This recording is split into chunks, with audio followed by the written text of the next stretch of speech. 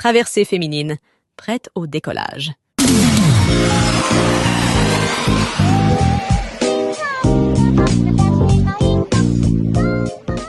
Bonjour à tous, bienvenue sur Traversée féminine. Moi c'est Tiffany. Et moi c'est Alexandra. On est ravis de vous retrouver aujourd'hui. Ça fait un petit moment qu'on ne s'est pas parlé, mais c'est parce qu'on vous prépare un petit programme sympa. Alors on a décidé de prendre un petit peu plus de temps pour y travailler.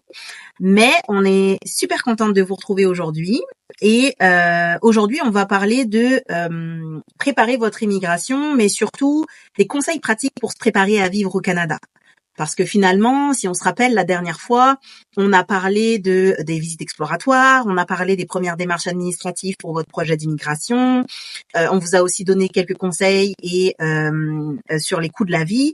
Et aujourd'hui, finalement, on acte un petit peu que si vous êtes avec nous dans cet épisode, c'est que vous avez entamé vos démarches d'immigration et que vous avez votre visa en main et que ça y est, l'aventure canadienne commence pour vous. Donc, c'est de ça qu'on va parler aujourd'hui. Tout à fait. Donc là, ça y est, comme l'a dit Tiffany, vous avez fait votre visite exploratoire, ça y est, c'est bon. J'y vais. C'est là, je veux vivre, je me vois. Et là, maintenant, vous avez fait vos démarches, vous avez reçu votre papier. Félicitations. Vous avez votre visa, vous vous préparez. Et oui, la nouvelle vie arrive. Et maintenant, qu'est-ce qu'on fait? On a reçu le visa, qu'est-ce qu'on fait? Bon, je vous dirais que la première chose, c'est on atterrit, c'est bien, mais on dort où après? On travaille où? On se loge où? On paye comment? C'est quoi notre banque? C'est quoi? Bon, la banque, non, je retire parce que ça, c'est quelque chose qu'on vous a déjà parlé dans l'épisode d'avant. Ça veut dire que vous avez normalement déjà magasiné votre banque et que vous avez normalement, si tout se passe bien, vous avez déjà domicilié un petit peu d'argent justement pour préparer votre arrivée. Donc, je retire la banque. Mais si vous l'avez pas fait, alors déjà, ça se trouve, vous n'avez pas écouté tous nos épisodes. Donc, je vous invite à retourner à écouter les épisodes précédents parce qu'on a vraiment été étape par étape. Donc, au moment où vous êtes à l'idée d'explorer jusqu'à là, à cet épisode où ça y est, c'est bon, vous avez décidé et que vous avez votre papier en main. Donc, si jamais vous voulez plus de détails, allez écouter nos anciens épisodes. Et puis, si vous n'avez pas fait la banque, faites-le maintenant. Il est jamais trop tard. Il est jamais trop tard. Il est jamais trop tard, il faut bien commencer quelque part. Et la banque, en fait, c'est important puisque, comme vous le savez, quel que soit d'où vous venez, ici c'est le dollar canadien. Et même si vous venez des États-Unis, c'est pas le même dollar. Même si vous pouvez quand même payer en dollars US ici, mais vous allez très vite être perdant. Donc, il vaut mieux avoir des dollars canadiens sur un compte de banque. Pour vos premiers achats et vos premières dépenses en arrivant ici, ne serait-ce que le taxi ou la navette qui va vous récupérer à l'aéroport pour vous emmener dans votre chez vous. Encore. Donc, c'est quelque chose qu'on vous invite déjà quand même à faire en amont. Ça se fait à distance, ça se fait bien. Donc, et puis si vous avez encore mieux, si vous avez fait votre visite exploratoire, là, vous avez toutes les informations, vous avez sélectionné votre banque. Idéalement, vous avez pu faire des transferts de fonds sur ce nouveau compte en banque canadien pour justement vous aider à payer différentes choses. Et la première question qui va se poser, c'est sûr, c'est le logement. Comment ça se passe? Qu'est-ce qu'on fait? Alors déjà, il faut savoir que, en tout cas, je vous partage mon expérience et Tiffany partagera la sienne par la suite. Trouver un logement au Canada, c'est un sport. Moi, c'est comme ça que je le décris. C'est un sport et puis c'est un petit peu un sprint. C'est premier arrivé, premier servi. Et quand je dis premier arrivé, c'est limite premier contact, que ça soit sur Facebook, peu importe la plateforme, et premier qui le visite. Parce que vous pouvez très bien visiter un logement, dire super, je réfléchis, et puis vous rappeler, le propriétaire vous dit que la personne qui a visité après vous a déjà pris le logement. Ça arrive super vite. Même des fois, vous échangez avec le propriétaire et puis pendant que vous échangez, il vous dit quelqu'un qui vient de finir la visite et il l'a pris. Donc, ça se prépare, vous inquiétez pas. Ça se fait. Ça se trouve quand même. Je vous dirais que si vous êtes à plusieurs, tant mieux parce que vous allez répartir un petit peu cette tâche, je dirais, en équipe. Donc, les conseils que je peux vous donner par rapport au logement, moi, je trouve ce qui a bien fonctionné, c'est Facebook. Honnêtement, Facebook, c'est bien, c'est rapide. Et puis les propriétaires savent aussi que c'est plus facile pour louer les logements. En tout cas, niveau location, je dirais, au niveau achat, peut-être un peu moins, mais en tout cas, niveau location, ça marche super bien, notamment pour les nouveaux arrivants. Donc, les groupes Facebook, il y en a par ville, il y en a à toutes les sauces, je vous dirais. Donc, allez vraiment sur ça, commencez déjà à regarder. Sachez également ce que vous voulez. Arrivez avec, je vous dirais, votre wish list en tête. C'est-à-dire que oui, ça passe, non, ça passe pas. Parce que, comme je vous l'ai dit dans un premier temps, les décisions se prennent super vite ici. Vous pouvez visiter, vous descendez l'escalier, celui qui visite après vous, il a pris le logement. Donc, si vraiment vous avez un coup de cœur qui correspond à vos besoins, je vous dirais, voilà, Attendez montrez pas. tout de suite, ouais, préparez, montrez tout de suite votre intérêt et euh, et puis voilà. Qu'est-ce que tu pourrais ajouter, toi, Tiffany? Ben, je suis complètement d'accord. C'est vrai que ça peut faire peur. Ça peut faire peur, surtout de l'étranger, de se dire que il va falloir magasiner un logement, qu'il va falloir le visiter peut-être virtuellement, ou avoir quelqu'un sur place que vous allez dépêcher puis que cette personne-là va visiter. Vous vous rappelez dans l'épisode précédent, on a beaucoup insisté sur la visite exploratoire et c'est également pour ça. Se trouver un réseau, connecter déjà avec des premières personnes de confiance, des personnes qui peuvent pas tout faire pour vous, mais des personnes de confiance sur qui vous pouvez compter lorsque vous êtes à l'étranger. Là, c'est une étape où vous auriez besoin de quelqu'un de votre réseau. Si vous n'avez pas quelqu'un de votre famille ou proche qui est ici, ben le réseau avec lequel vous avez connecté durant votre visite exploratoire, normalement, ils sont et je vais pas dire il parce que je vais dire on est toujours enclin à dire oui, ne serait-ce que visiter un logement, faire un appel visio pendant que tu vas visiter le logement, discuter nous sur place avec le propriétaire. Sincèrement, j'ai encore rarement trouvé un immigrant qui refuse d'offrir cette aide-là. Ça nous prend pas beaucoup de temps. Et si on a connecté à l'étape précédente, donc lors de la visite exploratoire, et que vous avez gardé quand même un contact, parce que c'est bien beau de connecter avec quelqu'un, mais ensuite de ça, faut garder un peu le contact. Et ça doit venir de vous. C'est vous qui devez continuer à conserver ce contact. Ben là, il est viable et il est important ce contact parce que si vous êtes à l'étranger et que vous avez des visites à faire, vous pouvez très bien écrire à cette personne, dire écoute, je suis en train de parler avec quelques propriétaires. Est-ce que ça te dérangerait d'aller valider que le logement est bien tel qu'il me le décrit? Et de vérifier sur place si tout est correct et puis surtout de t'assurer que c'est une personne viable, le propriétaire ou l'agence. Je vais pas envoyer mon argent comme ça à un escroc parce que ça aussi il faut y faire très très attention et c'est pas seulement pour les personnes qui sont à l'étranger, c'est aussi les personnes qui sont déjà ici au Canada qui peuvent se faire escroquer et sachez que la manne des immigrants, c'est un business. Donc, c'est un business pour beaucoup de domaines et l'immobilier en est un. Donc, dealer avec des immigrants pour les escrocs, c'est vraiment facile.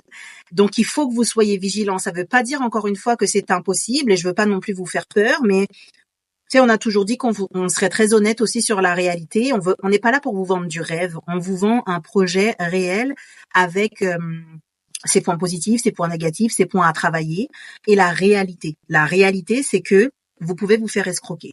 Pour éviter les escroqueries, il faut connecter avec des personnes de confiance, une personne que vous allez pouvoir dépêcher, comme j'ai dit, sur la visite, valider que le propriétaire c'est quelqu'un de réel, que le logement il est réellement vide ou qu'il va réellement être disponible à telle date, que le prix il est pas excessif, qu'il n'y a pas d'escroquerie dans ces petites choses-là. Et ça c'est très simple à vérifier. Hein. Lors d'une visite, tu connectes avec la personne qui te fait visiter, tu vérifies que le logement est tel qu'il était décrit, et puis c'est comme ça. C'est comme ça qu'on vérifie. Une fois que cette étape-là est faite, de validation de logement, il faut quand même vous mettre dans la tête que le dépôt de garantie, il est nécessaire. Surtout quand vous êtes encore à l'étranger. Pour les propriétaires, veut pas, oui, il y a des escroqueries du côté des propriétaires, mais il y a aussi des escroqueries du côté des locataires. Le propriétaire, il prend un risque. Vous n'êtes pas sur place, il ne vous connaît pas, vous n'êtes jamais venu dans le pays, ou en tout cas vous n'y vivez pas. Pour lui, c'est un risque. Vous n'êtes pas dans le pays. Donc, c'est bien beau de dire ah oui mais j'arrive, ah oui mais si, ah oui mais ça, mais qu'est-ce qu'il en sait finalement? Lui, il prend un risque en vous louant alors que vous n'êtes pas sur place. Donc là aussi, avoir du réseau et avoir dépêché une personne de confiance qui est partie visiter le logement, ça le rassure. Et à ce moment-là, il est aussi plus enclin à dire OK, ben je peux le louer, même s'il n'est pas encore là, cette personne n'est pas encore là, je sais qu'elle s'en vient, puis je sais que j'ai une référence dans le pays. J'ai vu quelqu'un dans le pays qui pas se porte garant, mais comme qui connaît cette personne-là qui va arriver. Donc la confiance, elle va dans les deux sens et c'est une relation qui se bâtit. Mais le dépôt de garantie, il est tu sais, je veux pas rentrer dans chaque province, mais je vais parler des deux provinces que je connais. Au Québec, le dépôt de garantie, c'est une démarche illégale. Cependant, c'est une loi tacite, implicite, si je peux dire, plutôt que tacite. Implicite. C'est pas un texte de loi, mais implicitement, c'est quelque chose qu'on demande. Vous pourriez très bien vous battre. Oui, vous n'avez pas le droit de demander un dépôt de garantie, blablabla, mais vous êtes même pas ici. Donc, vous voulez pas rentrer dans ce genre de débat. Et encore une fois, vous n'êtes pas là. Donc, le propriétaire, il faut une garantie que vous allez bel et bien prendre le logement. Il veut pas perdre son loyer. Derrière vous, là, il y a 40 personnes qui veulent ce logement. Il sait très bien que si vous le prenez pas, dans 2 minutes, il y a quelqu'un d'autre qui va le prendre. Comme l'a dit Alexandra, c'est tellement un peu la croix et la bannière que je vous assure que si vous visitez un logement et que vous prenez pas une décision sous les 2 minutes, il y a quelqu'un d'autre qui l'a déjà pris. Moi, j'ai déjà visité des logements pendant que je suis dans le logement. Physiquement dans le logement, la personne, elle répond au téléphone à 2 autres personnes et elle book des rendez-vous devant moi alors que je suis en train de lui dire que je suis super intéressée, que tu sais que j'ai juste besoin par exemple de budgéter ou peu importe ce que je lui dis.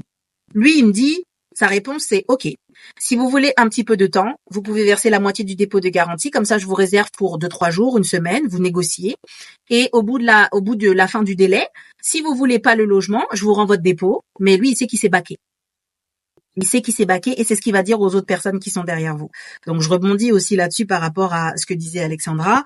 Il faut pas perdre de temps.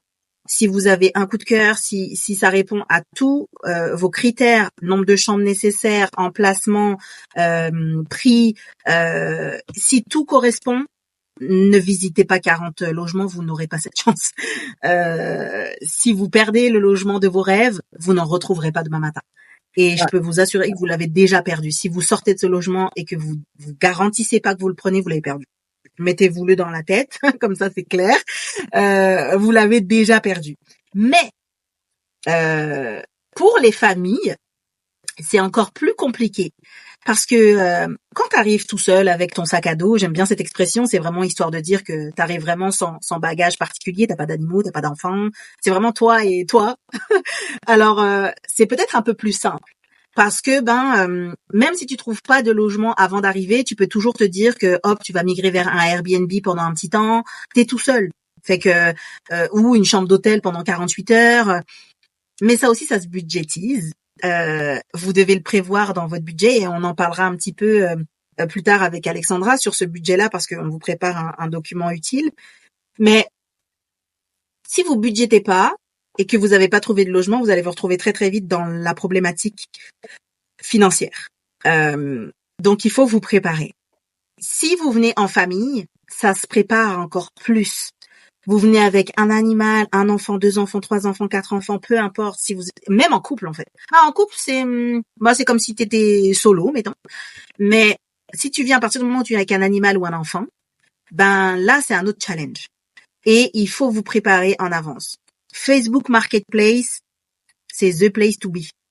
Tu veux être là parce que tu peux tout magasiner sur Facebook Marketplace. Tout magasiner. Tu peux te meubler.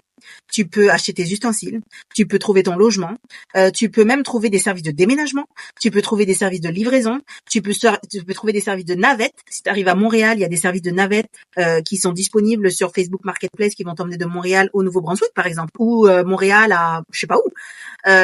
Mais vraiment, c'est la place où tu veux être, c'est Facebook Marketplace. Et ça peut vous paraître étrange parce qu'en France c'est peut-être moins habituel. Je parle de la France parce que c'est de là que je viens, mais les autres pays je sais pas. Mais en France c'est peut-être pas la tendance, mettons, où tu vas aller magasiner des affaires de confiance avec des gens de confiance. Mais ici là, c'est un magasin vraiment, et t'as moyen de trouver tout un tas d'affaires. Donc Facebook Marketplace c'est vraiment la place où tu peux trouver un logement assez rapidement et où tu peux connecter facilement avec des propriétaires. Il y a aussi Kijiji, mais sincèrement, en parlant de Kijiji est très actif au Québec. très très actif au Québec. C'est comme le Bon Coin en fait. Kijiji, c'est le Bon Coin. Mais au Nouveau-Brunswick, pas trop. Au Nouveau-Brunswick, vraiment très très peu.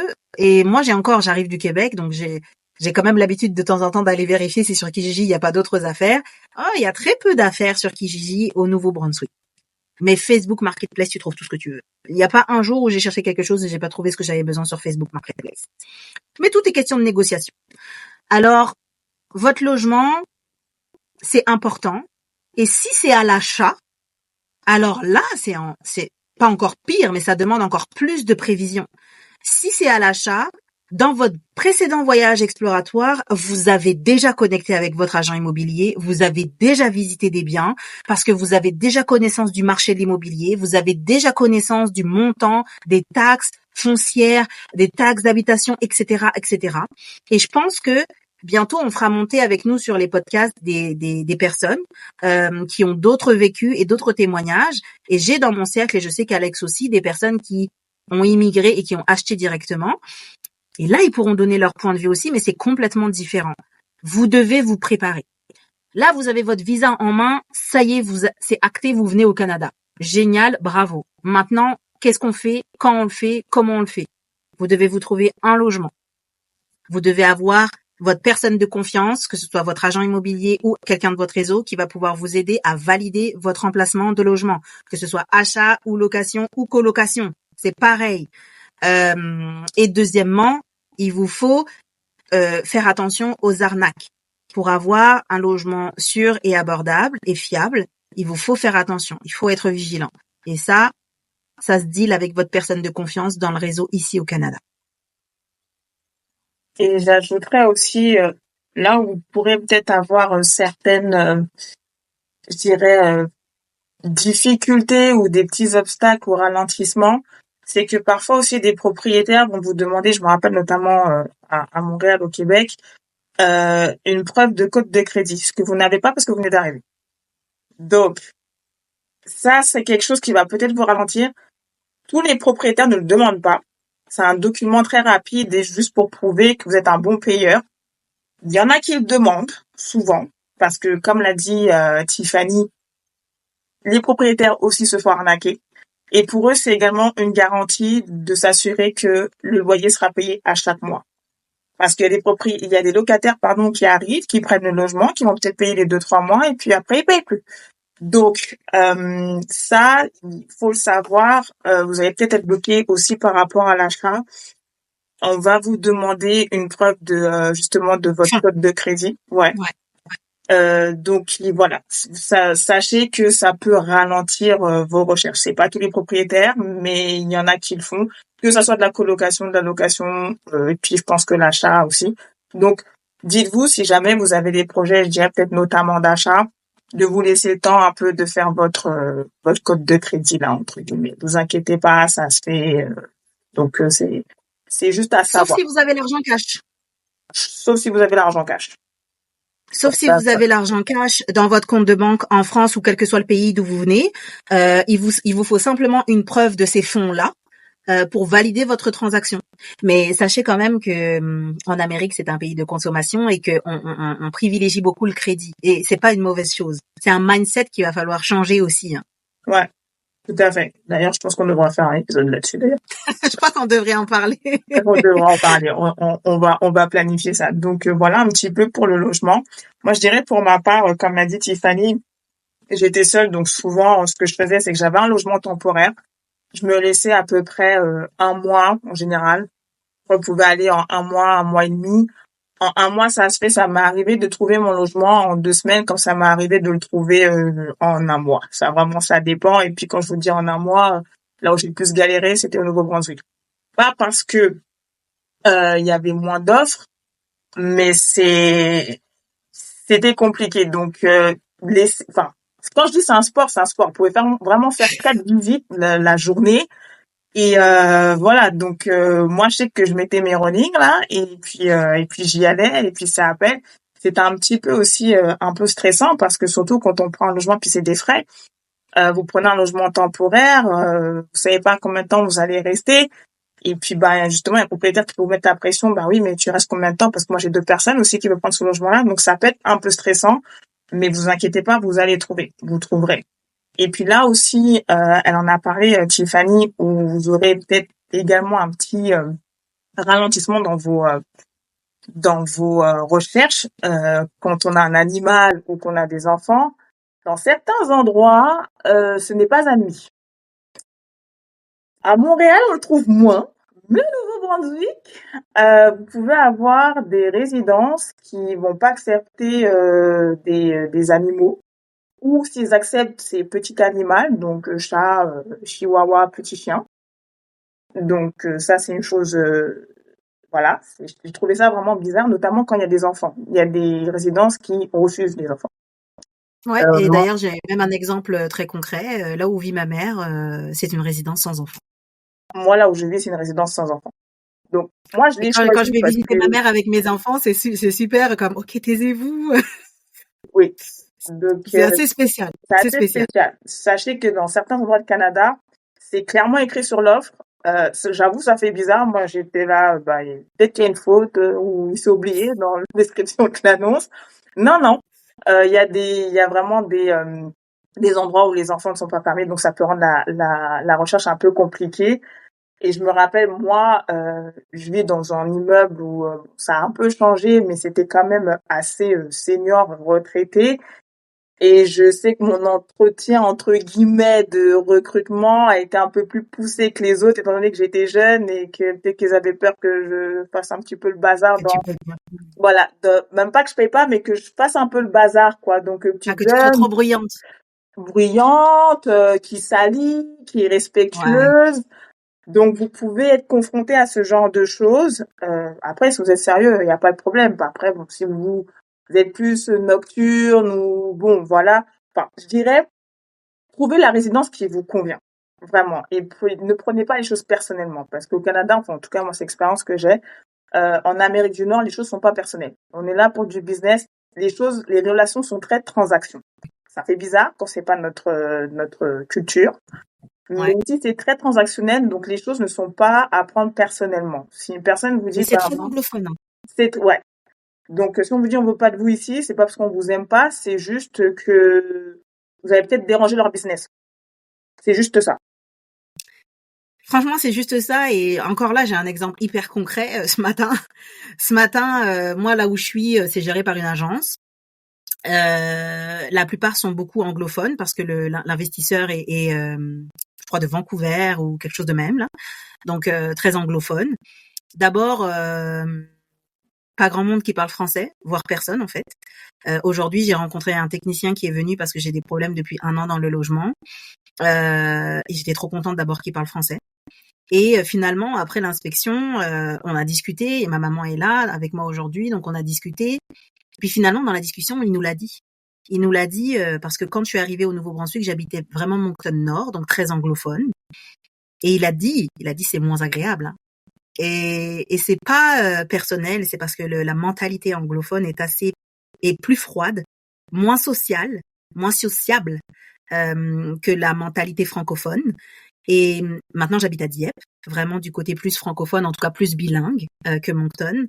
Et ça se ressent. Ça se ressent à tous les domaines.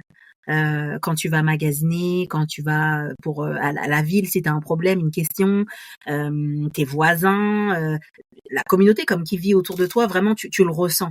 Et aujourd'hui, sincèrement, c'est peu probable que je retourne du côté de Moncton parce que je m'y sentais pas très bien.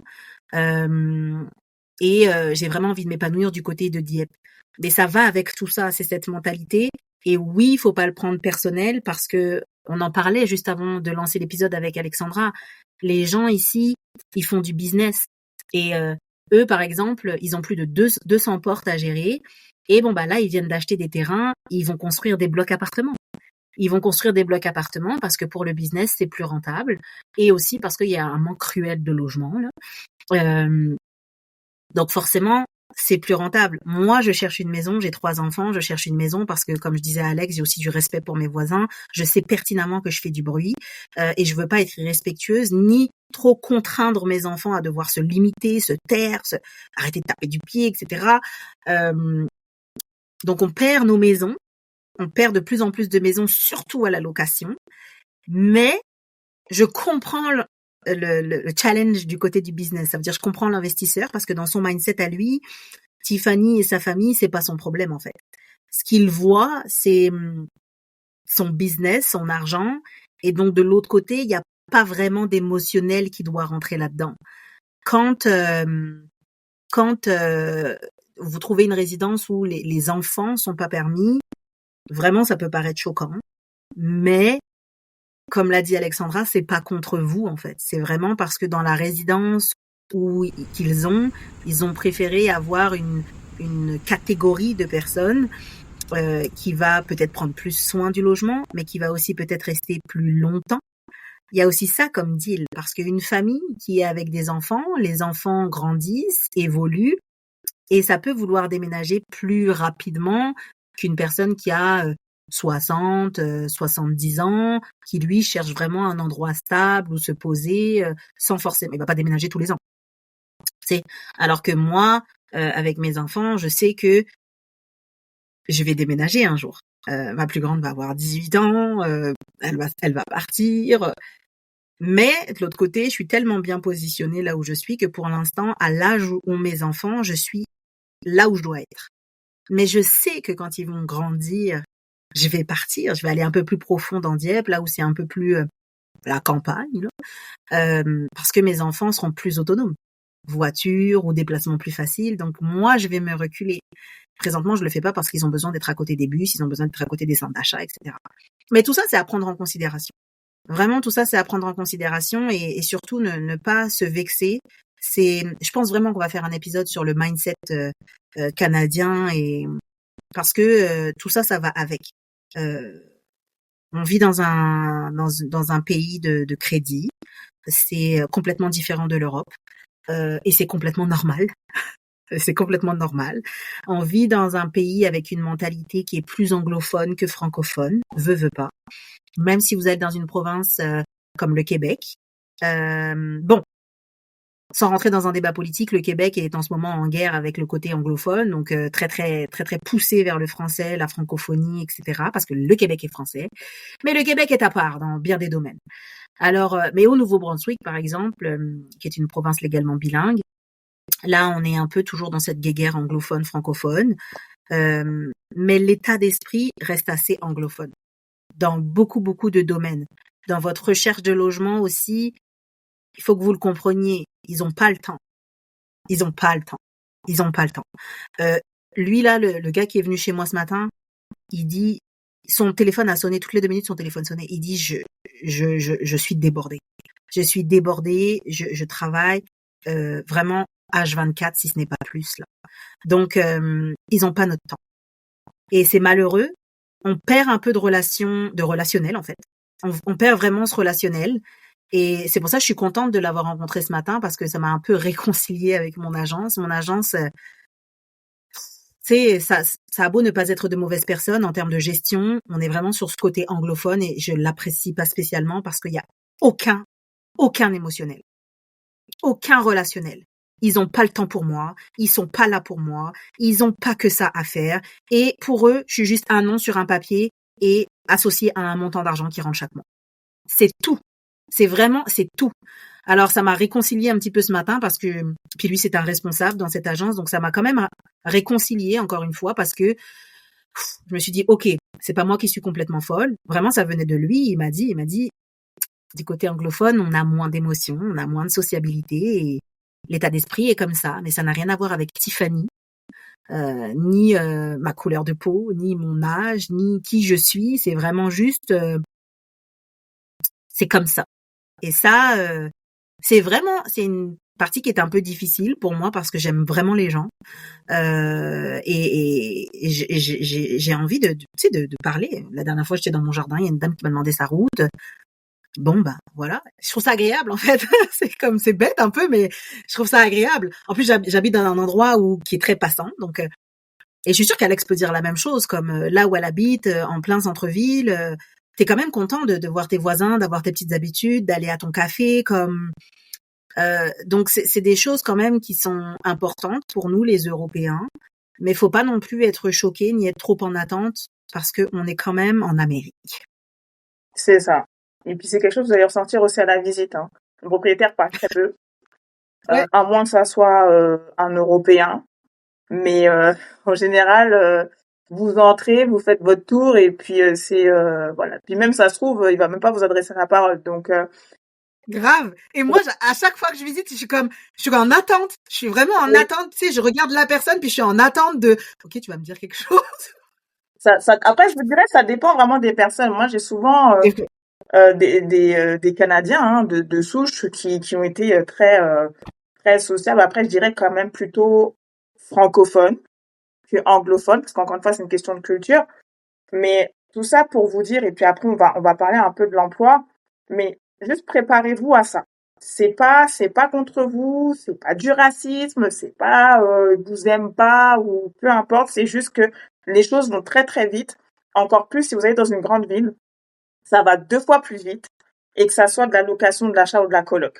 Donc ayez vraiment en tête vos non négociables. Qu'est-ce qui est non négociable pour vous dans un logement? Comme ça, vous passez vite à autre chose. Et puis, je vous dirais, oui, c'est bien d'être préparé un petit peu. Si jamais vous êtes là depuis quelques mois, de savoir, voilà, que vous pouvez remplir le formulaire pour valider votre code de crédit. Si c'est pas le cas, que vous êtes capable de donner un dépôt, soyez prêts parce que ça va aller vraiment super vite. Puis je rejoins aussi, je rebondis sur ce qu'a dit Tiffany sur les personnes de confiance. Ça peut être aussi votre employeur. Ouais. N'hésitez pas, parce que, en tout cas, si jamais vous venez de l'Europe ou je dirais outre-Atlantique, Europe, Afrique, ce genre de choses, hein, ce Mhm. côté de l'Atlantique, c'est vrai qu'on a une relation avec l'employeur qui est quand même très professionnelle, je dirais. Alors que au Canada, ils peuvent très bien vous soutenir dans vos démarches. Moi, je sais que quand je suis arrivée au Nouveau-Brunswick, après, c'est un Européen aussi, mais j'ai demandé à mon supérieur d'aller visiter un logement pour moi. C'est des choses qui se font. Ils peuvent, et puis même des fois, et puis peut-être qu'on en reparlera aussi, juste après le logement, enfin l'emploi, je vais enchaîner du coup avec ça. Dans la recherche d'emploi, imaginons, après on va faire un petit step back, mais vous décrochez l'emploi, négociez votre arrivée, s'il vous plaît. Alors, encore une fois, vous êtes en Amérique du Nord. Tout se négocie. Même si vous n'êtes pas encore arrivé, vous pouvez négocier. Vous pouvez négocier des frais de déménagement. Vous pouvez négocier un accompagnement si c'est pas déjà le cas, parce que parfois les entreprises posent la question, mais vous pouvez avoir justement du soutien par rapport à ça. Si c'est pas eux, vous reliez avec des organismes qui le font. Donc, même au niveau de votre emploi, les personnes peuvent aller visiter pour vous les logements. Donc, n'hésitez pas. Évidemment, le salaire, on le négocie, hein. Faut pas, pour moi, c'est logique. D'accord? OK? Et surtout, je dirais de l'accompagnement. Franchement, et puis même si vous ne négociez pas, vous allez demander à votre employeur, ils vont vous aider. Les gens, notamment, et puis surtout quand on est européen au travail, on n'a pas cette relation, mais ils sont là pour vous. Posez des questions, demandez. Et du coup, par rapport à l'emploi, les suggestions qu'on peut vous faire par rapport aux recherches d'emploi au Canada.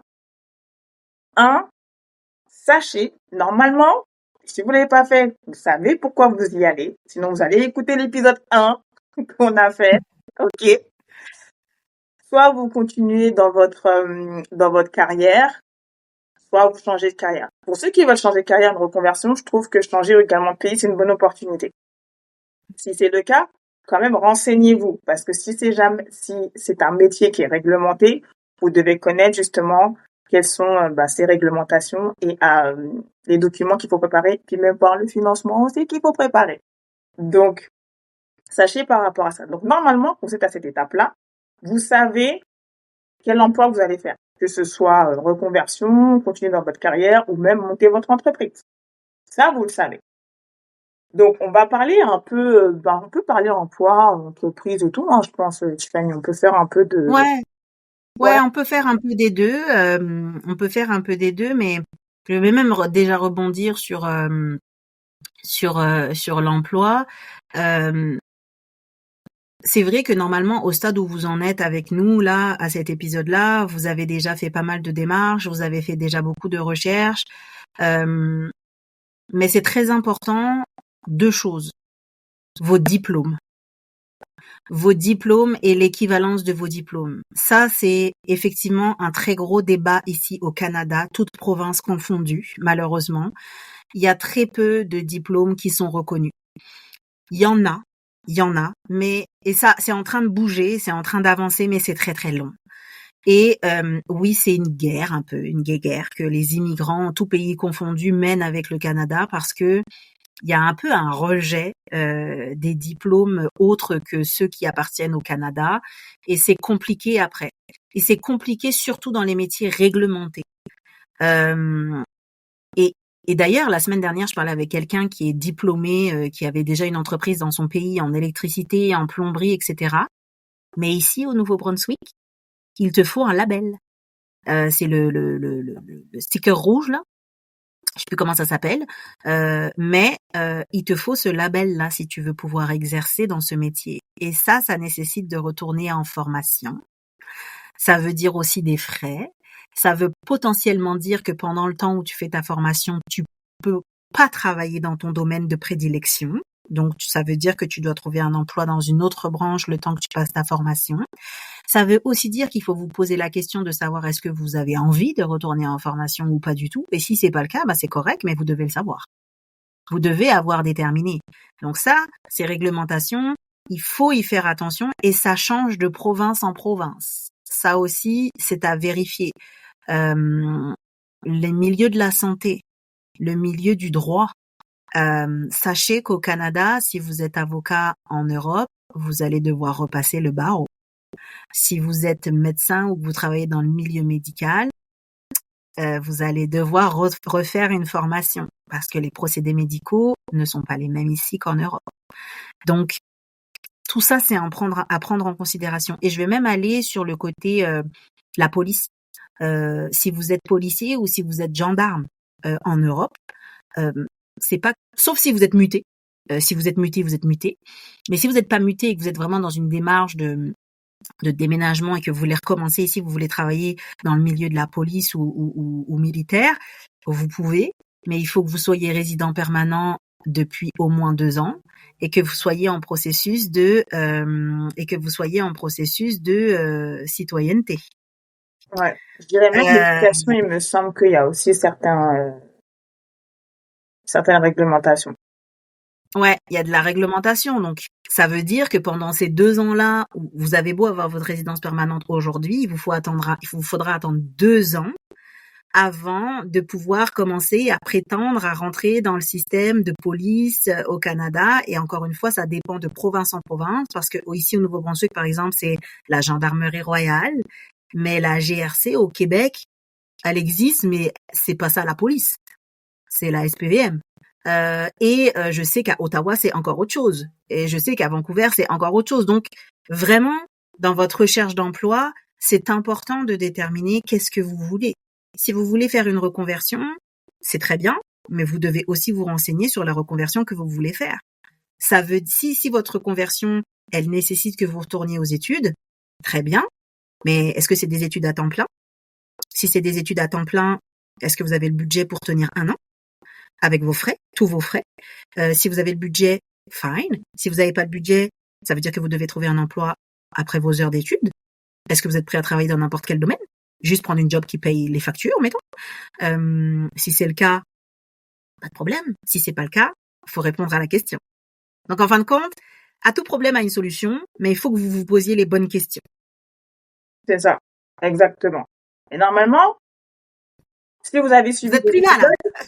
vous savez. Là, c'est juste, Ouais, c'est ok, Alex, Tiffany, ok, super. Mais bon, concrètement, qu'est-ce que je fais? Donc, concrètement, moi, ce que je vous suggère pour les recherches d'emploi, et si vous avez bien fait étape par étape, comme on vous l'a expliqué, on vous a partagé, il y a plusieurs façons de faire, mais on vous a partagé notre expérience.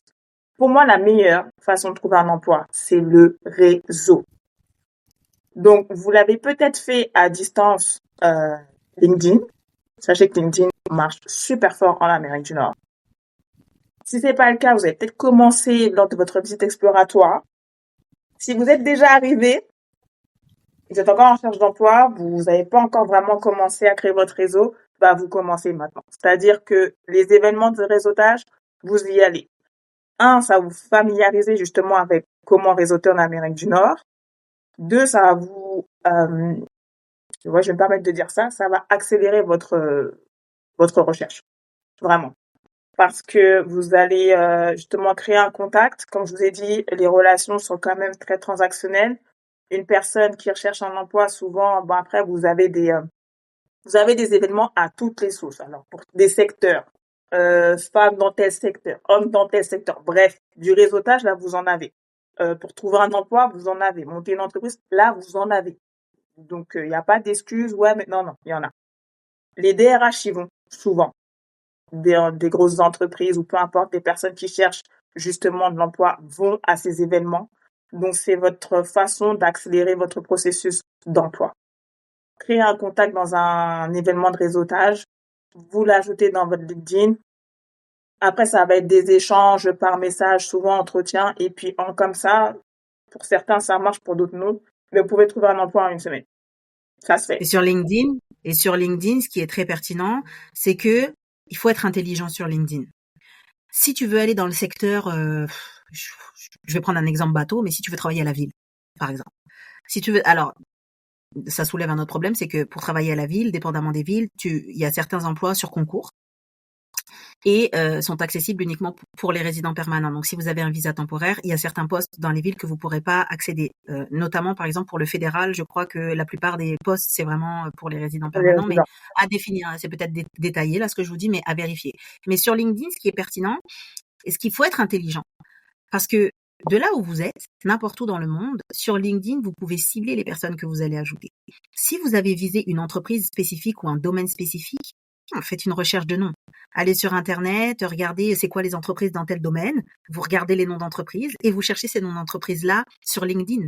Et tous les employés de cette entreprise sont sur LinkedIn. Je vous le dis, ils y sont tous. Les RH, le marketing, la com, la compta, ils sont tous. Et ça marque machin travaille pour tel dans tel domaine. Et là, vous allez vous connecter. S'il le faut, envoyer un petit message. Simple.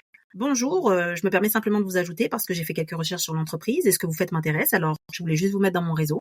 On n'est pas encore en train de se vendre à titre d'emploi si c'est pas une personne qui recrute. Mais au moins, vous avez des personnes dans votre réseau qui sont propres à l'entreprise ou au domaine que vous visez. Et après ça, quand il y a une offre qui va se publier sur ce domaine ou cette entreprise, vous allez la voir. Vous allez la voir et le pré-travail, il est déjà fait. Moi, je dirais même encore mieux. Bon, là, je vais parler en mode nord-américaine, ok? Encore mieux. Ce qui est génial, je trouve, je dirais Amérique du Nord, parce que je pense que c'est vraiment nord-américain. Sur les sites d'entreprise, quand vous allez dans À propos, vous avez souvent un onglet équipe, où vous avez le staff. C'est vrai. Vous avez le staff. Moi, c'est ce que j'ai fait. Je vous dis clairement, moi, c'est ma stratégie. En fonction du poste, je vous la donne, c'est gratuit. En fonction du poste que vous voulez avoir, vous prenez le nom de la personne et vous ajoutez cette personne clé, j'ai bien personne clé, dans votre réseau. Si jamais il y a une offre en plus, parce qu'en plus les offres des entreprises sont également sur leur site internet, vous allez voir vous contactez cette personne, vous l'ajoutez dans votre LinkedIn en lui disant « J'ai vu telle offre dans votre entreprise, j'aimerais savoir comment ça se passe, est-ce que vous avez à 15-20 minutes pour en discuter ?» Moi, je bloque un rendez-vous direct. Prenez, je dirais, pas plus de, dites 15-20 minutes, une demi-heure, bon. Mais en 15-20 minutes, les gens en général vous disent oui. Et sachez que ça se fait. En Amérique du Nord, ça se fait. Moi, je l'ai fait à plusieurs reprises. Bon, j'avoue, j'y vais un peu au culot, mais en tout cas, ça marche. Donc, je vous le donne, l'astuce, ok? Profitez justement de comment est fait le système nord-américain. Allez voir. Donc, ça peut être soit le directeur du service, ça peut être soit la ressource humaine. Et si jamais vous avez un doute, je dirais, prenez un membre de l'équipe. Après, ça va dépendre de la taille de l'entreprise. C'est sûr qu'il n'y va pas avoir les 200, si c'est une entreprise de 200 personnes, il n'y aura pas les 200 personnes sur le site. Mais vous aurez souvent les directeurs, les managers, ce genre de choses. Donc, contactez ces personnes en disant que, voilà, j'ai vu tel poste, je suis intéressée, est-ce qu'on pourrait en discuter?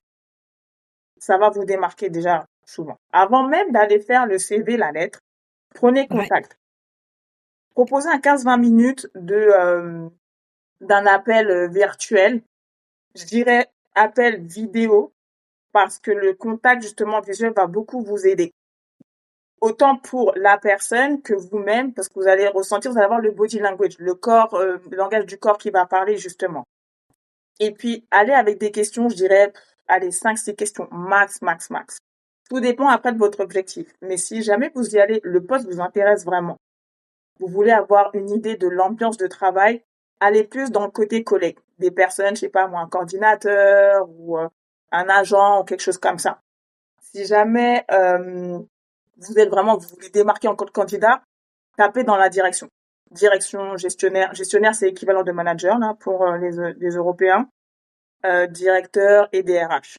Donc, sachez où est-ce que vous voulez frapper là, je dirais, et posez quelques questions. Les gens, vous allez voir, sont hyper sympas, c'est hyper friendly là. Hyper friendly. Ouais, Ouais, très vraiment. friendly. C'est quoi le mot en français, friendly? Bah, très amical. Merci. Très amical. Vive les Nord-américaines. Ouais, voilà. Donc, faites ça. Et vous êtes, ça va vous permettre justement d'apprendre à réseauter encore également. J'insiste là-dessus parce que c'est la clé pour, je trouve, l'immigration et réussir notamment en Amérique du Nord. C'est pour ça que on va vous parler souvent de réseautage. Et ça va dans tout. Même pour aller chercher l'école de vos enfants, ça fonctionne. Tiffany pourra peut-être en parler un peu plus par rapport à ça. Mais faites ça. Ciblez des personnes clés, ajoutez dans votre réseau. Essayez de planifier un rendez-vous avec eux. Et puis poser vraiment des vraies questions. Comment ça se passe? Qu'est-ce que je dois mettre même? Et à la fin, vous terminez évidemment à qui j'envoie ma candidature. Est-ce que je l'envoie que à la DRH ou je l'envoie également au directeur de service pour savoir comment ça se passe, connaître la dynamique. Et vous aurez une idée parce que ça se trouve, souvent, puis c'est un peu partout, sur papier, c'est waouh! Vous allez parler à quelqu'un en interne, bah, ça peut être un waouh confirmé ou un bon, ben, je sais pas. Par exemple, vous allez peut-être contacter une personne qui vous dit oui, non, c'est un bon emploi, mais c'est vrai que là, à la fin de mon projet, je serai dans une autre entreprise. Ah bon? Pourquoi? Est-ce qu'elle part par choix? Est-ce qu'elle part parce que le management n'est pas aussi bon que ça? Donc, quel est le management en interne? Quelle est l'ambiance? Donc, je vous invite à le faire parce que ça va vous démarquer. Vous allez beaucoup plus vite dans vos recherches que de répondre à une offre, faire le CV. Je dis pas faut pas le faire. Faites-le, mais pour des emplois qui vous intéressent dans vos recherches, que vous ayez été sur Indeed ou peu importe le site d'offres d'emploi que vous avez consulté. Et également, ayez ces stratégies LinkedIn. Et les gens sont très actifs sur le réseau. Ils répondent assez vite. Donc, moi, c'est ce que je vous suggérais comme stratégie. Ouais, puis rapidement, pour finir sur l'emploi, ça peut paraître fou, mais impliquez-vous dans les groupes Facebook. Oui. Impliquez-vous dans les groupes Facebook.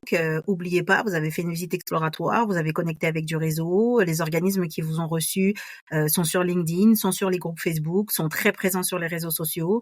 Et il y a énormément d'offres d'emploi qui sont véhiculées sur toutes ces plateformes. Ça veut dire, ils sont autant sur Indeed, autant sur LinkedIn, autant sur Facebook, que autant sur leur site web. Vous avez vraiment plusieurs plateformes où vous pouvez rejoindre et où vous pouvez voir des offres. Mais vous pouvez, dépendamment de votre fil d'actualité ou je sais pas comment ça marche vraiment l'algorithme, mais c'est possible que vous voyez une offre, vous la voyez sur Facebook avant de la voir finalement sur LinkedIn et vice versa. Ou vous pouvez ne pas connaître ou ne pas avoir connecté avec un organisme en particulier, par exemple, mais vous le suivez sur Facebook parce qu'il y avait un événement qui vous intéressait ou peu importe. Et puis hop, il va mettre une offre d'emploi avec un lien Indeed. Et là, hop, vous allez basculer sur Indeed, puis vous allez voir, peut-être ils ont plusieurs offres d'emploi, peut-être, vous comprenez? Alors, ne vous limitez pas à une seule plateforme. Les groupes Facebook sont très utiles lorsqu'on est immigrant. On vous l'a déjà expliqué dans les épisodes précédents. Mais le réseau, c'est la clé. Au Canada, le réseau, c'est la clé. Ouais. Pour tout, et dans tous les domaines. Tous les domaines. Ouais, pour tout. Donc, vous devez vraiment miser là-dessus et ne pas l'oublier. Mais Au-delà de ça, tout à l'heure, on a parlé un petit peu aussi des finances. On a parlé du budget, on a parlé du budget pour son logement, de se préparer si on doit être en hôtel, si on doit être en Airbnb, les démarches pour arriver, etc. On voudrait quand même vous parler un petit peu de l'importance de vous planifier et de planifier votre budget, planification financière, et toute la logistique qui vient avec. Parce que immigrer, sauf des personnes un peu comme Alex qui viennent avec un sac à dos puis qui tentent un peu partout, ça se planifie, veut pas. Ça se planifie et ça se prépare. On vous en a déjà parlé, mais je pense on a quand même compris que c'était une étape importante, le budget. L'immigration, ça coûte cher, c'est réel. C'est pas un projet de déménagement de rue là. Donc ça se planifie et ça se prépare. C'est pour ça qu'avec Alexandra, on a pris un petit peu plus de temps pour préparer cet épisode aujourd'hui parce qu'on préparait aussi des documents pour vous aider en termes de planification financière. Et je vais laisser la parole à Alex là-dessus pour vraiment expliquer l'importance d'une planification financière, mais aussi parler brièvement du petit document qu'on prépare pour vous aider avec ça. Ouais, tout à fait. Avant juste de parler de planification financière, je vais revenir un peu sur l'emploi. Une chose aussi pourquoi j'insiste encore, je sais, sur le réseautage. Il faut savoir qu'en Amérique du Nord, il y a beaucoup d'offres, il y a un marché caché d'emploi qu'on trouve uniquement au réseautage. Donc, j'insiste, si vous pouvez aller, enfin, je vous invite à le faire au moins une fois, aller dans les événements de réseautage, parce qu'il y a des offres qui sont pas sur Internet et qui sont vraiment disponibles. Sachez que je crois que j'ai pas exactement le chiffre en tête, mais il me semble que je crois qu'il y a que seulement 20% des offres sur Internet qui sont disponibles par rapport à tout le marché, peu importe où vous êtes. Donc, Incroyable. ouais, non, je sais pas pourquoi c'est comme ça, mais là-bas c'est comme ça. Donc, parlez, posez des questions, dites bah ouais, bah moi je cherche un emploi dans tel domaine. Ah oui, bah peut-être contacter un tel. Vraiment, n'hésitez pas à parler de votre projet professionnel parce que les gens vont souvent vous connecter avec d'autres personnes. Et même si la personne n'est pas dans votre secteur d'activité, parce qu'elle connaît peut-être une personne qui est dans votre secteur d'activité et elle peut vous mettre en relation. Donc vraiment, je sais que, enfin, je dirais plutôt, bon après c'est peut-être ma propre expérience, mais culturellement on est assez discret sur nos projets professionnels et autres. On parle pas trop, on veut pas trop se montrer. On fera vraiment l'épisode sur le mindset. Hein. En Amérique du Nord, c'est tout le contraire. On se vend, on parle de soi, on y va. Je veux ci, je veux ça, j'envoie à l'univers et puis Donc, toutes voilà. les personnes que tu vas rencontrer, je t'assure que le jour où tu vas te vendre vraiment, tu repartiras jamais sans rien. Jamais. C'est Jamais. impossible. Ça m'est jamais arrivé. Ça m'est jamais arrivé depuis 2017. À chaque fois que j'ai voulu quelque chose, puis que j'en ai parlé dans mon réseau, il y a toujours quelqu'un qui connaît quelqu'un. Toujours. Et c'est tellement réel ici au Canada, comme j'ai jamais vécu ça aussi réellement que dans ce pays. Exactement. Vous allez soit repartir avec, bon, souvent avec plusieurs cartes d'affaires, soit avec un Exact. nom ou une personne en plus dans votre réseau LinkedIn. Dans votre réseau. Ouais. Donc, pour revenir un peu sur l'emploi, si jamais vous n'avez pas un profil LinkedIn, vous en créez un. Ça, c'est obligatoire. Au niveau du CV, lettre de motivation. Alors, faut savoir que CV ici, au Canada, ça peut s'appeler résumé. Voilà. Lettre de motivation, je me rappelle même C'est pas. lettre de présentation. Lettre de présentation. Et 2-3 tips, peut-être que, enfin, je vous les donne et puis je vous laisse quand même faire quelques recherches quand même. Hein. On vous aide, mais il faut quand même vous travailler un petit peu. Une offre d'emploi, si elle est écrite en anglais, vous répondez en anglais, même si vous êtes francophone. Et même si c'est écrit que le poste est bilingue, vous répondez selon la langue du descriptif de l'offre. Même si, j'insiste, même si c'est écrit que le poste est bilingue. Ça peut arriver. Là, peu importe où est-ce que vous êtes au Canada. L'offre est uniquement en anglais. Votre CV, votre lettre de présentation est en anglais. L'offre est uniquement en français, pareil. L'offre est bilingue, ça veut dire que vous pouvez faire votre candidature dans la langue de votre choix. Ça, c'est à savoir. Il y a un code, il y a un format spécifique au Canada pour le CV. Vous allez trouver ça sur Internet, sur Google, vous inquiétez pas. Vous allez trouver. Lettre de présentation, c'est pareil. Pour ceux qui sont déjà arrivés, ça fait quelques mois, quelques semaines, ce que je vous invite à faire, allez dans les centres, les organismes d'établissement. Parce que souvent, ils ont des services comme ça, des ateliers, des workshops où on va vous aider justement à mettre votre CV en forme par rapport à par rapport au pays, euh, vous guider justement sur les activités, les expériences et tout à mettre en avant par rapport au poste que vous recherchez. Donc n'hésitez pas à aller vers les organismes, notamment les organismes d'établissement, organismes d'emploi. Évidemment, vous vous inscrivez. On n'a pas vraiment parlé de ça parce que c'était logique pour nous.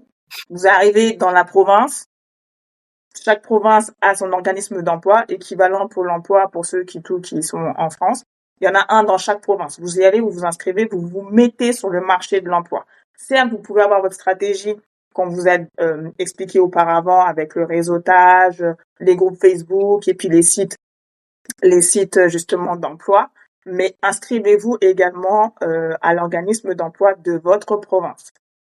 Vous allez avoir une personne qui va vous guider. Bon, moi, je l'ai pas fait du peu de retour que j'ai eu, peu importe que ce soit Québec ou Nouveau-Brunswick.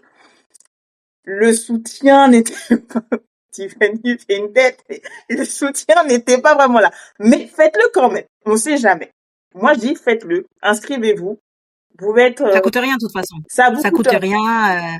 Effectivement, moi aussi j'ai le même point de vue. C'est pas par ce biais que j'ai trouvé Non. mes jobs. Il y a peu de gens qui trouvent un emploi par l'équivalent de Pôle emploi là Ouais, au Canada. Il y ouais, en a peu. Par contre, les services d'établissement ont beaucoup de ressources pour vous aider à trouver un emploi. Puis même autre, un logement, une garderie, ce genre de choses. Donc aussi, une des premières choses à faire après le logement aussi, c'est d'aller dans tous les organismes qui peuvent vous aider à vous établir. Donc vous allez vous allez vous inscrire pour la sécurité maladie. Toutes les provinces en ont. C'est un nom différent, mais vous allez là-bas. Vous allez également dans l'organisme d'emploi. Vous vous inscrivez également. Et un organisme d'établissement, parce qu'ils vont vraiment vous aider dans l'intégration de votre nouvelle vie au Canada. Donc, allez-y. Et puis, pour l'emploi, ils ont des ressources. Ils ont vraiment des ressources. Ils peuvent vraiment vous aider. Je sais que, Nouveau-Brunswick, pas Nouveau-Brunswick, mais je veux dire, Grand Moncton, vous avez le CAFI francophone, Magma anglophone. Vous avez la CITIM pour Montréal, et puis je pense qu'il y a l'équivalent en anglais aussi. Il y en a dans toutes ouais, les provinces, c'est sûr. Et puis, je me permettrais de dire que, à mon avis, il y en a un dans chaque pays. Donc, si jamais vous immigrez ouais. pas au Canada, allez rechercher quel organisme peut vous aider dans votre intégration dans le pays. Donc ça, c'était pour boucler un peu sur l'emploi. Et puis, comme vous a dit Tiffany, Facebook, Place to Be, quand vous allez trouver les choses, n'hésitez pas. Des offres d'emploi, il y en a. Mais encore une fois, sachez qu'il y en a cachées. D'où le réseautage. Je vais revenir sur la planification financière. Donc oui, on a préparé un petit document pour vous parce que nous, on s'est rendu compte, en le faisant, que finalement, on dépensait beaucoup d'argent en fait, l'immigration. Nous, on n'a pas eu ça. On n'a pas eu Non, ça. On n'a pas, à la dure, nous. À ouais, la à dure. la dure. C'est au bout d'un moment, en fait, ça coûte quand même l'immigration. Franchement, tu te rends pas compte de tous les frais pas cachés, mais auxquels tu penses pas. Exact, Auxquels tu penses pas, et des petites démarches que vraiment tu penses pas, que tu prévois pas. Et une fois que t'es là, c'est pas trop tard, mais c'est plus compliqué. exactement. C'est dit, ah, bon, on va rattraper ça. Donc, si on peut vous aider justement à budgéter un petit peu tout ça. Donc, moi, avec Tiffany, on a fait ce document avec tous les différents postes de dépenses. Et puis, je vous dirais, on l'a adapté que vous soyez encore dans votre pays d'origine ou que vous soyez déjà dans votre pays d'accueil. Les choses, je vous dirais, qui sont à budgéter, qui étaient vraiment trouvées intéressantes à mettre sur papier, au-delà des frais d'immigration, billets d'avion et tout, c'est budgéter, enfin prévisionner au moins, au minimum, les 3 prochains mois quand vous allez arriver. Moi, je dirais, en tant que, si j'ajoute mon petit côté sécuritaire, je dirais 6 mois. 3 mois, ça passe hyper vite. Parce que je vous dis, le premier mois, vous êtes en phase de logement, vous allez courir un peu partout, ça va être le logement. Logement, vous allez commencer dépôt, comme l'a dit Tiffany, va falloir meubler. Voilà, ça va passer super vite. Donc, je vous conseillerais de faire une prévision. Puis de toute façon, vous verrez le document, nous on l'a fait sur l'année. Si vous avez l'année, c'est encore mieux. mais je dirais au moins faites vos prévisions sur les 6 mois. Parce que aussi, il faut prendre en compte à quel moment vous allez trouver un emploi. Pour le trouver en une semaine, c'est génial. Mais sachez que tout dépend de là où vous allez vous installer. Il se peut que vous mettiez plusieurs mois à trouver un emploi. Ce qui dit pas d'emploi dit prendre sur les économies. Donc ça, faut le savoir. Ça, faut le budgéter. Et ça, c'est important. Comme l'a dit Tiffany, nous, on l'a appris à la dure. Et encore, nous, je trouve qu'on a quand même été chanceux. En tout cas, moi, j'ai été chanceuse. Mais sachez que moi, je dirais la chance quand même. Oui, j'ai la chance de rencontrer plusieurs personnes, notamment des immigrants, qui se retrouvent, oui, je vais me lancer dans l'entrepreneuriat parce que j'ai demain à trouver un emploi pour toutes les raisons qu'on vous a expliquées auparavant. Et les économies s'épuisent, quoi, en fait. Et ça s'épuise encore plus vite quand on est en famille. Vous avez entendu Tiffany? Donc, elle va vous expliquer aussi également tout ça. Donc, c'est important de vous dire, OK, j'ai des économies, c'est bien. Et peu importe, bon, quand on est en euros, je vous dirais, oui, ça va par rapport au dollar canadien. Tout dépend de votre devise. Mais veut pas, même si vous avez, entre guillemets, un pouvoir d'achat beaucoup plus fort qu'un Canadien, ça part vite. Le dollar, là, on me l'a dit, ça part vite. Je vous le confirme, ça part super vite. Même si vous allez prendre Vraiment. un café, ça part super vite. Et puis, on est expert de café, on sait quoi pas. Donc, ça, je vous dirais, vous le verrez dans le petit document qu'on vous a préparé. Commencez déjà à vous dire, OK, comment ça se passe? Faites-vous différents scénarios. Vous allez voir et tout, c'est quelque chose de très malléable. Le scénario, on a de la chance, on trouve un emploi dans le mois qui suit, c'est bien. Le scénario, qu'est-ce qui se passe et tout. 4 mois, on est là, on n'a toujours rien. Voilà. Comme l'a dit Tiffany, OK, je change de carrière. Je vais peut-être reprendre les études. C'est quoi les frais? Quels sont les coûts? Pareil, je fais un temps plein, mais je fais un temps plein. Ça, combien de temps dure ma formation? Je repars aux études pour 1 an, un semestre, 2 ans. Comment ça se passe? Avec mon conjoint, on repart tous les deux aux études. Comment ça se passe? Sachez que, bon, si ça n'a pas encore changé, vous êtes aux études, vous êtes étudiant, vous avez un temps de travail limité. Qui dit temps de travail limité, dit salaire limité. Donc, Sauf si vous allez aux études en tant que résident permanent. en tant que résident permanent, ils sont illimités. Ouais, ils ont des heures, ils peuvent travailler 60 heures si ça les chante. Donc là, vous êtes chanceux. Mais si vous êtes sur Exact. un visa temporaire, Sur un visa d'études. Ouais, et puis ils voilà, viennent de réduire. Pendant la Covid, on avait eu parce que j'étais aux études pendant la Covid, on avait eu une gracieuseté au Québec et on pouvait travailler. Parce que normalement, tu as un nombre de temps, c'est pendant l'année scolaire, si tu travailles sur le campus ou si tu travailles à l'extérieur du exact. campus, le nombre d'heures est pas le même. Et quand quand c'est les vacances scolaires de l'université ou du collège où tu es, alors c'est temps plein, mais ça varie à l'intérieur du campus et à l'extérieur du campus. Donc pendant la Covid, on avait eu une petite augmentation parce que fallait travailler, là c'était la crise, et ça vient de rebaisser. Ça vient de rebaisser et maintenant donc aux études, c'est revenu à ce que c'était à la base, c'est-à-dire 20 heures, 20 heures sur le campus pendant l'année scolaire et 25 heures pendant les vacances scolaires à l'extérieur du campus. C'est pas énorme là. Et dites-vous que vous n'avez pas d'arrangement pour payer vos frais scolaires. Vous pourriez avoir une bourse, mais encore ça se prépare vraiment longtemps à l'avance. Ça veut dire que vous devez payer vos frais scolaires, vous devez les payer probablement one shot, d'un coup. Vraiment, ça se prépare. Ça se prépare. Donc, en fonction de votre projet, en fonction de là où vous vivez également. Moi et Tiffany, on a décidé de migrer au Nouveau-Brunswick. Nouveau-Brunswick, même si on est dans une région quand même assez urbaine, voiture. Je veux pas. Moi, je n'ai pas de voiture. Je m'en sors un peu, ça va quand même. J'ai pas à me plaindre. Après, c'était un choix personnel. Mais dans certains endroits au Canada, je vous dis, il vous faudra une voiture. Quand vous sortez du milieu urbain, voiture. C'est un autre. Et la voiture au Canada, c'est un budget, c'est mangeuse de cash. Vraiment, on va se le dire. Parce que vous payez l'immatriculation, vous payez votre permis, vous payez évidemment le carburant, vous payez l'assurance. Et sachez que l'assurance vous coûte plus cher parce que vous êtes immigrant. Comme l'a dit Alexandra tout à l'heure, oubliez pas, vous n'avez pas travaillé votre code de crédit. Ici, on est dans un pays à crédit. Donc, ce qu'on veut savoir, ce qu'on veut dire par code de crédit, c'est qu'on veut savoir, on veut connaître vos habitudes de paiement. Est-ce que vous êtes un bon payeur ou est-ce que vous êtes un mauvais payeur? Ça ne veut pas forcément dire que vous devez payer tous vos trucs à temps, même si c'est le cas. Ça veut aussi dire qu'on regarde vos habitudes sur le long terme. Est-ce que ça fait 1 an que vous êtes chez le même fournisseur téléphonique, par exemple, ou Internet? Et est-ce que, du coup, ça fait 1 an que vous êtes chez le même et vous payez vos affaires? Est-ce que ça fait 2 ans que vous êtes chez le même assureur? Et tout ça, ça bâtit votre cote de crédit. Et plus votre cote est haute et plus vraiment les institutions bancaires vous font confiance. Si votre cote est basse, vous êtes déjà à risque. Et c'est pas parce que vous n'avez pas d'argent, c'est parce que vous n'avez pas d'existence bancaire dans le pays. Et ça fluctue votre prix d'assurance, je vous le dis là.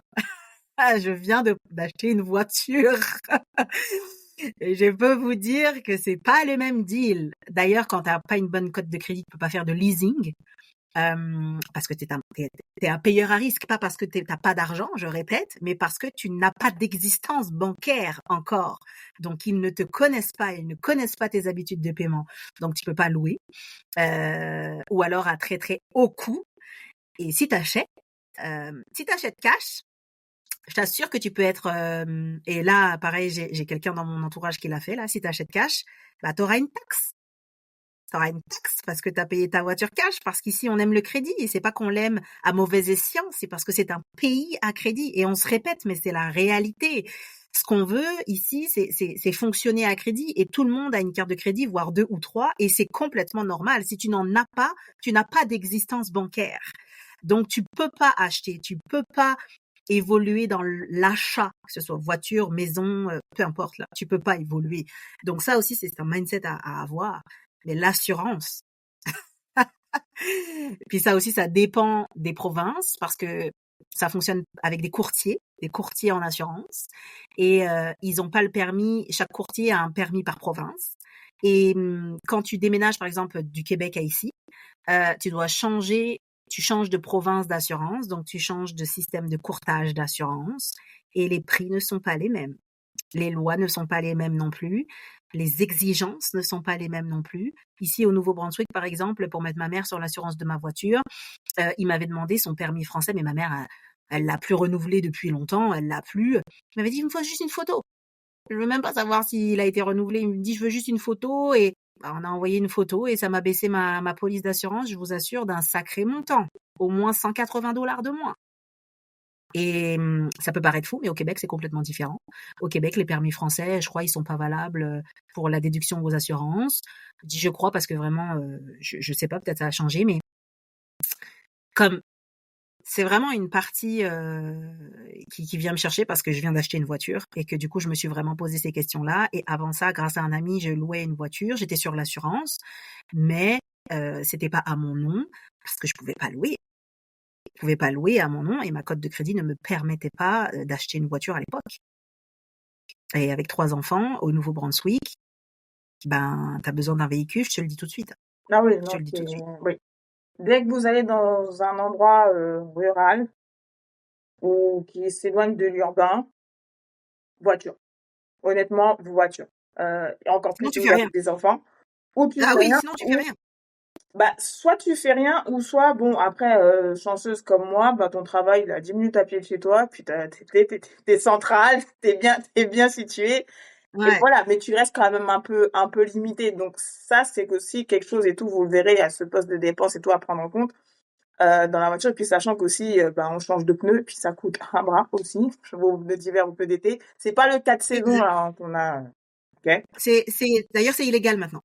en plus. Euh, c'est illégal maintenant. Et je vous assure que si vous changez pas vos pneus d'été pour des pneus d'hiver, ici, vous prenez une amende. Ouais, et il me semble qu'elle est Euh, salée l'amende, hein. ouais, elle est salée, ouais, bah, elle vous coûte vos 4 pneus. Il faut pas les Euh, changer. et j'ai payé mes 4 pneus d'hiver l'année dernière, près de $980. Et je peux vous dire que c'est léger comme prix là. C'est élevé, c'est la fourchette haute, mais c'est la fourchette haute du pas grand-chose. Alors et là, bah, j'ai pas le droit non plus de rouler à période estivale. J'ai pas le droit de rouler avec mes pneus d'hiver là. Donc j'ai rendu la voiture à mon ami. Il m'a dit OK Tiffany, il faut vite que tu appelles le garage. Je dois aller récupérer les pneus d'été que j'avais laissés en consigne chez eux. Donc là, il a dû aller chercher les pneus d'été et il va stocker ses pneus d'hiver. Mais il y a encore des véhicules qui ont des 4 saisons.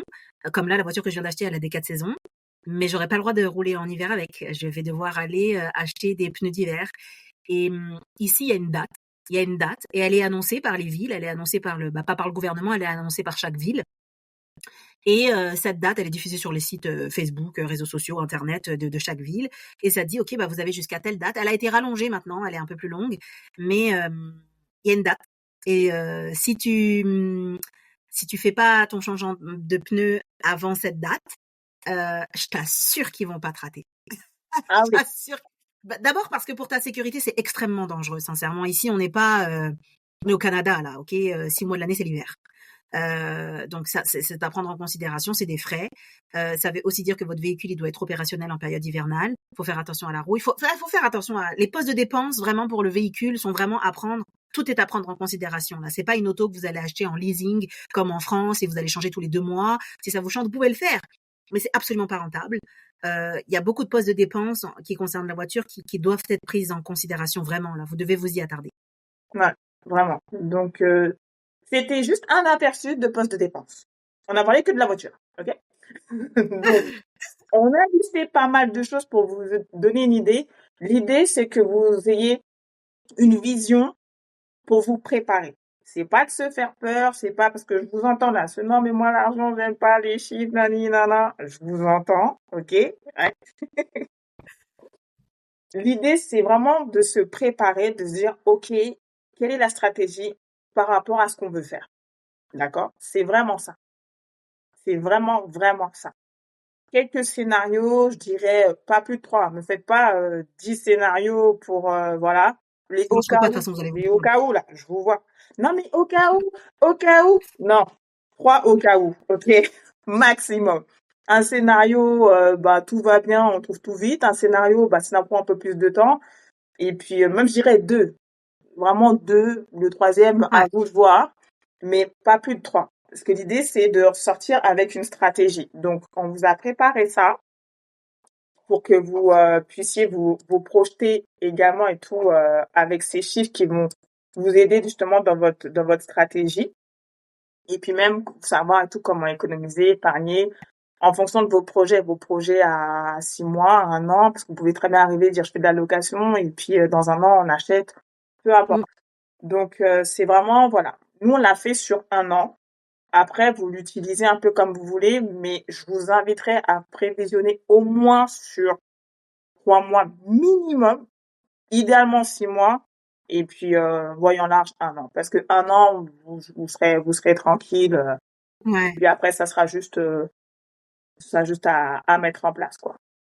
Ouais, je suis d'accord. Et puis, pour terminer sur la partie financière, parce que notre épisode d'aujourd'hui est déjà terminé, mais pour terminer sur la partie financière, je voulais aussi vous dire du côté familial que si vous arrivez d'Europe, vous avez l'habitude de recevoir des aides, des allocations pour vos enfants. J'en avais déjà parlé brièvement dans les épisodes précédents, mais dans votre budgétisation, vous devez également le prendre en compte pour la simple et bonne raison que les 19 premiers mois de votre existence au Canada, vous n'aurez rien. Pourquoi? Bah parce que je comprends encore la logique, c'est peut-être pas facile pour les familles et ça l'a pas été pour moi vraiment, mais je comprends la dynamique parce que ce qu'ils veulent savoir, c'est est-ce que vous allez rester ici sur le long terme. C'est de l'argent du contribuable, veut pas, les allocations, et on peut pas donner de l'argent du contribuable à quelqu'un qui va partir dans 1 an. Donc, le 19 mois, il est là pour avoir une rétention finalement de l'immigration sur le long terme, ce qu'a toujours misé le Canada d'ailleurs, parce que c'est un grand pays avec pas beaucoup de monde.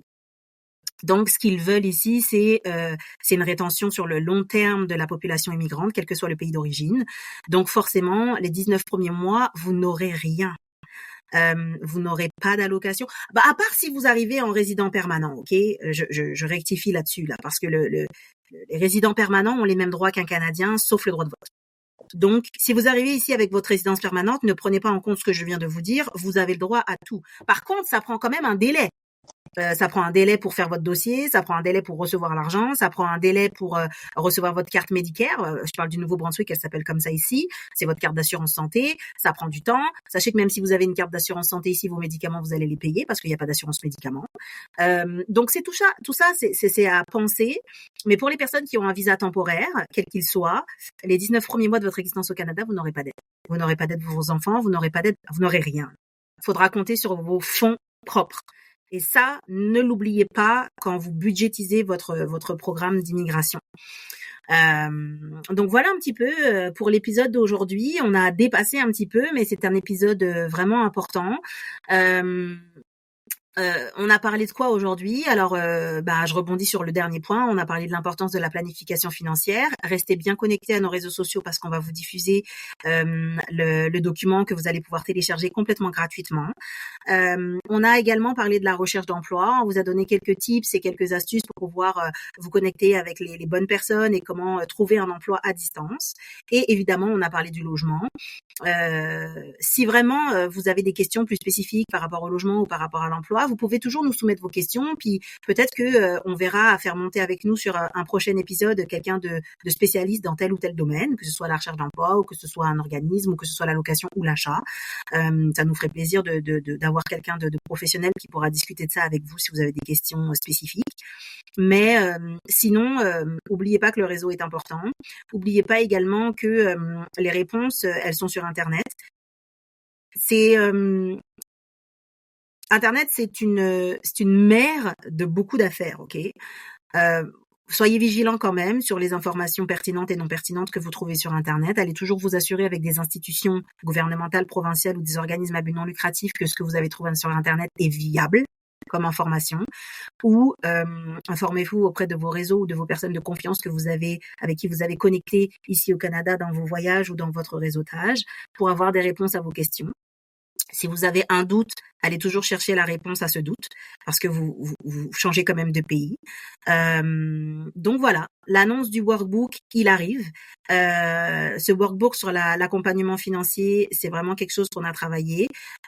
On va vous le donner. Vous allez pouvoir vous faire vos scénarios dedans et puis y travailler. Alors c'est pas mal ça. Le prochain épisode, on parle de quoi dans le prochain épisode?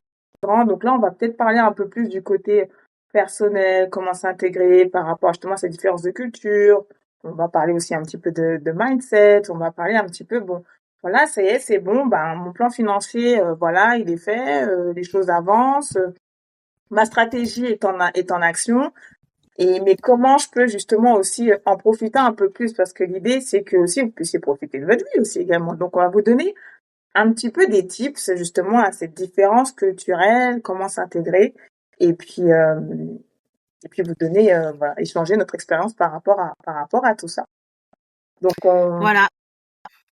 C'est ça qu'on va faire dans le prochain épisode. On va se concentrer sur vraiment vous aider au mieux sur votre implication ici, votre intégration, votre arrivée. Et oui, je pense que c'est pertinent qu'on parle beaucoup du mindset parce qu'il est très différent ici d'ailleurs.